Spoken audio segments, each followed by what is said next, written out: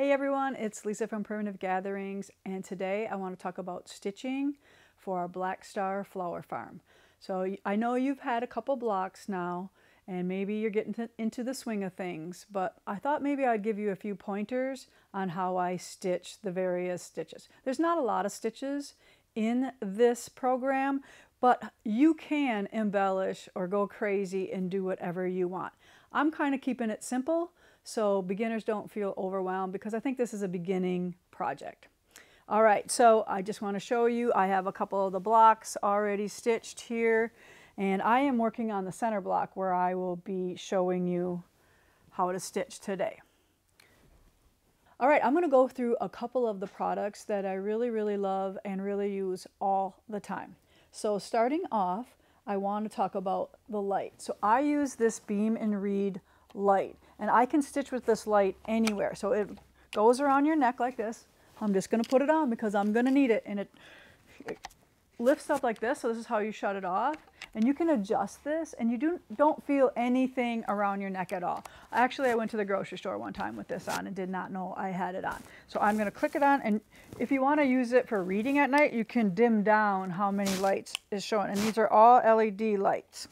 All right, so I have that set, and you can angle this at any angle you wish, but very important to have really nice light. So then I want to talk about fray check. So fray check comes in handy, especially on some of the wools that might have a looser weave to them. Now, when Kaylee comes close up to me, I'm going to show you how I use this and why. I already have it on this one, but I didn't trim it yet, but I wanted you to see what it looked like prior to me stitching. So some of these leaves are already stitched, but I want you to see how kind of, for lack of a better term, fray, it's got some fray going on here, and I'll show you how I deal with that.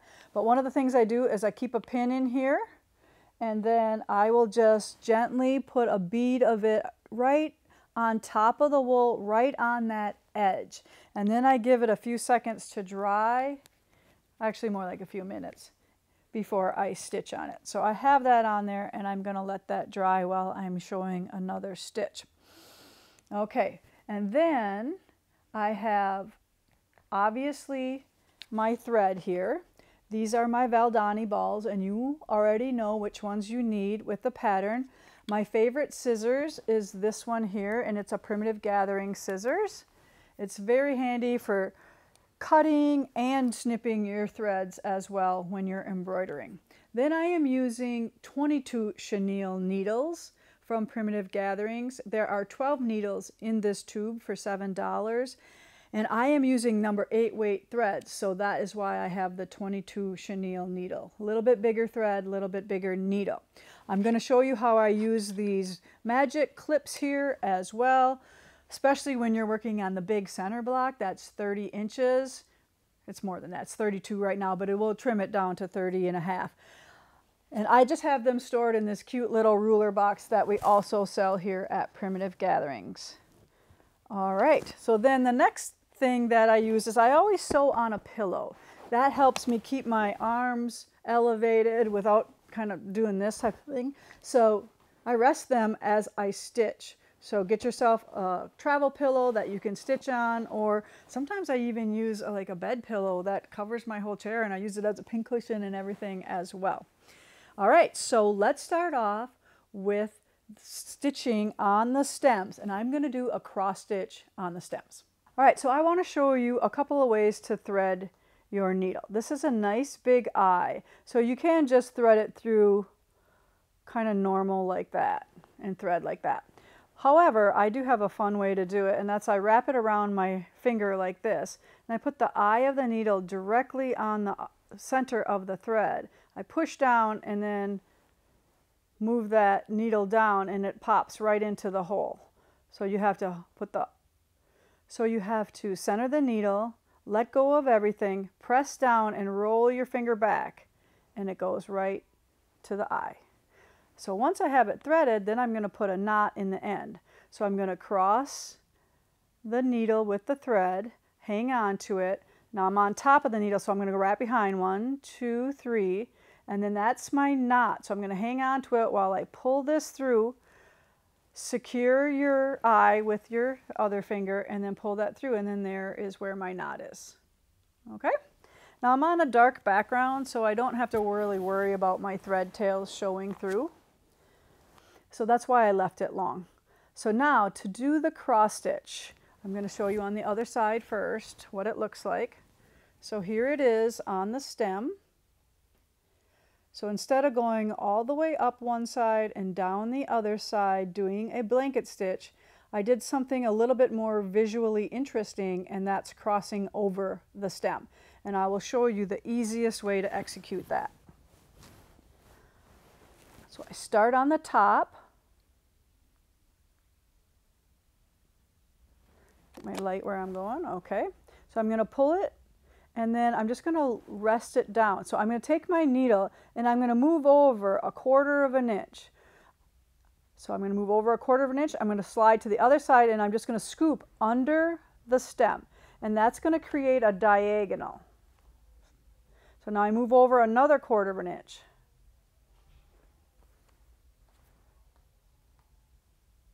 I know it's not the easiest to see because the color kind of matches, and that's what we want.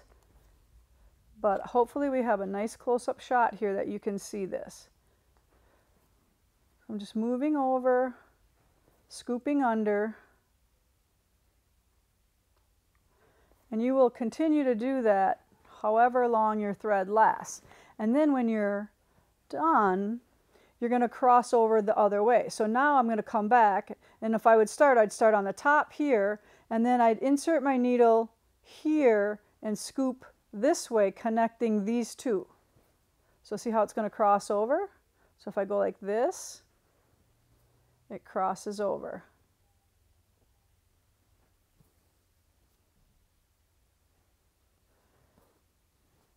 So this is how I execute my cross stitch over the stems.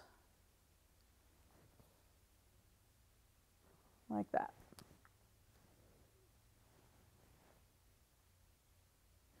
All right, so then I'm just going to take a little bite on the inside here, do a little loop. That'll make a little knot. I should have went through it twice. That's a knot. And then I could cut off, but I'm so close to this leaf, so let's just blanket stitch on that leaf. So now you're going to see how, because it's kind of more of a looser woven wool, I fray checked it so my edges are nice and stiff. So now I can just give it a little bit of a haircut where those fibers are not smooth and are kind of sticking up. So that looks much better, right? One more there.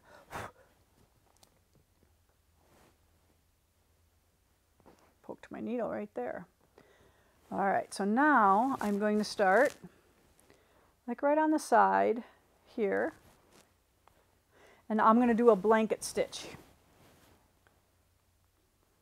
I start on the top of the shape, and I go directly below where I started and go straight back up. So that's just going to create one little stitch, and I'm going to swing it around. And see my thumb? Watch this thumb here. So this is going to work like my tension. So my thumb is creating the tension as I stitch. And if you get one that pops up, you can stop and cut it.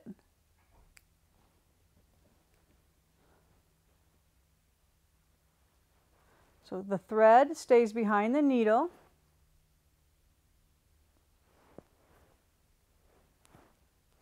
Now here's the biggest tip. You need to pull this in the direction you want it to lie. So do you notice I'm not pulling my thread toward me? I'm pulling my thread exactly where I want that thread to lie, on the side. So I'm pulling it in that direction. So that direction.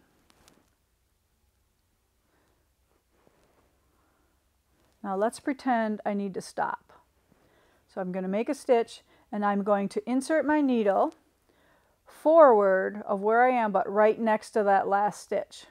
So hopefully you can get that nice good shot there. So I'm going to go down to the back side, and in my leaf shape I'm going to take a little bite and I'm going to make a loop, and I'm going to go through that loop once and twice, that same direction, and that makes a knot that slips right down, and then you could cut it, or you could actually bury your tails as well, as long as you just don't go through the top. And then I can cut it nice and short, and then go back and trim your little tails. Now, you see how I jumped from doing the stem here? This is okay. You wouldn't want anything bigger than that though. So about 1 inch or less. All right, now I'm going to re-thread back up. Thread goes, I'm trying not to use too much thread here for the camera purposes, but I would definitely probably do about 24 inches.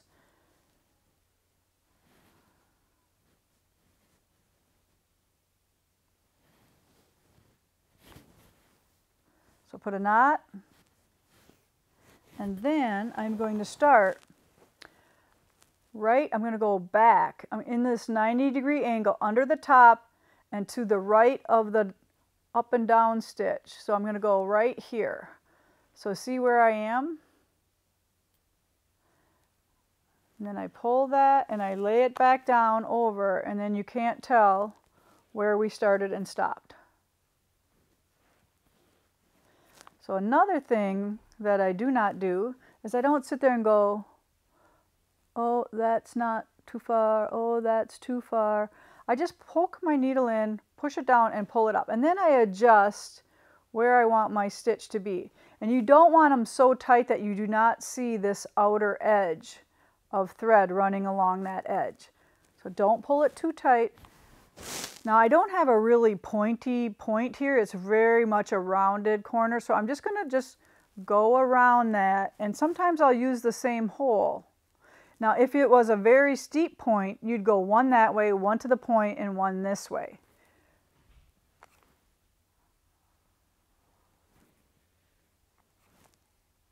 So now do you see the direction I'm pulling my thread? This way. I don't ever pull it toward me because you want it only to know this edge. So if your blanket stitching rolls up on top of your shape, it's all about tension and the direction you pull your thread. Now it becomes a little awkward, so I can move it in a different direction and scoop up and pull this way that I really prefer to stitch in. So now you'll see how I'm stitching full speed instead of slow motion, so you can see how I actually get this stuff done.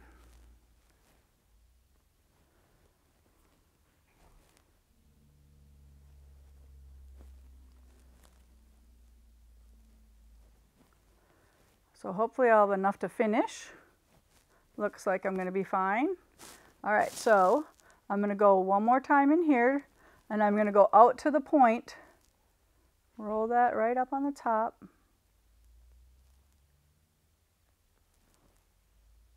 There, so I got it right in the middle.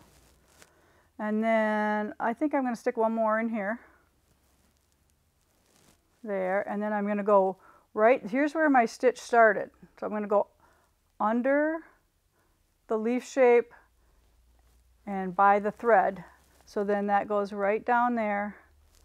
And I should have probably clipped this one little hair off right there. Oh, it wasn't even attached. Okay, so then I went right at that end. I'm going to go to the back, take my little bite, go through once, go through twice, pull it tight, and bury my tail, and then clip. All right, so there you go. I stitched that whole leaf in a very short period of time, and that's what it looks like. So you're going to do that on all of your edges, all the way around there. Now, if you're going to do, I left this little star here, so I always try to start with the pieces that take the longest time. So I did all these black stars first, and then I went back and did the gray underneath. But you can do it however you want. If you don't like to stitch around things, don't put the stars on and stitch stitch all of the windows first and then go back and put the stars on. But I like to take the whole thing with me because you never know how much I'm going to get done. So the only thing I have left to do on here is to stitch the flowers, I believe, and finish that stem. All right, I just thought of something. What are you going to do to get into here? How are you going to hold this all in your hands? So that's what the magic clips are for. So while I'm stitching in the center here, I will roll this up like so and put a couple clips on to clip this and get it out of the way.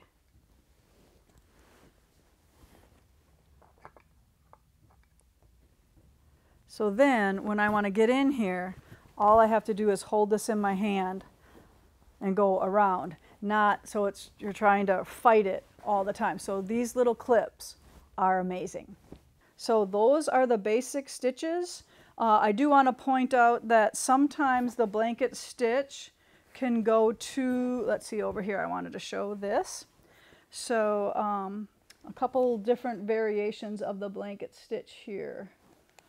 All right, so I'm going to use a little bit of a different color thread here, so you can maybe see it a little better. So I'm going to use the same stitch, but I'm going to go to the center. Okay.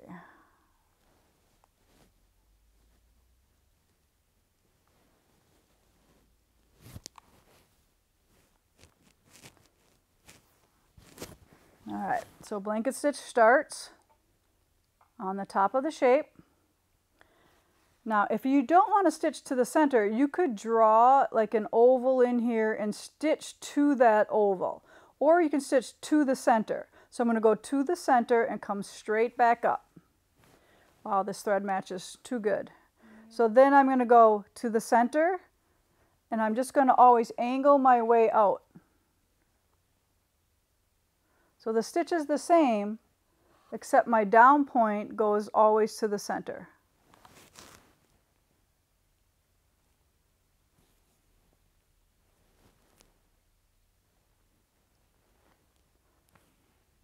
I sometimes call this like a wagon wheel stitch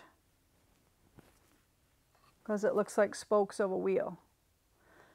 So every time I throw my thread like this around, that keeps my needle in front of my thread. So when I pull it, it always makes the connection with the stitch. So see, it's going over the top. So I swing it around, and this brings it automatically over the top. Pretty cool, huh? All right, so those are two basic stitches for you to use in Black Star Farm. So it's mostly those stitches and nothing else. The blanket stitch and the cross stitch.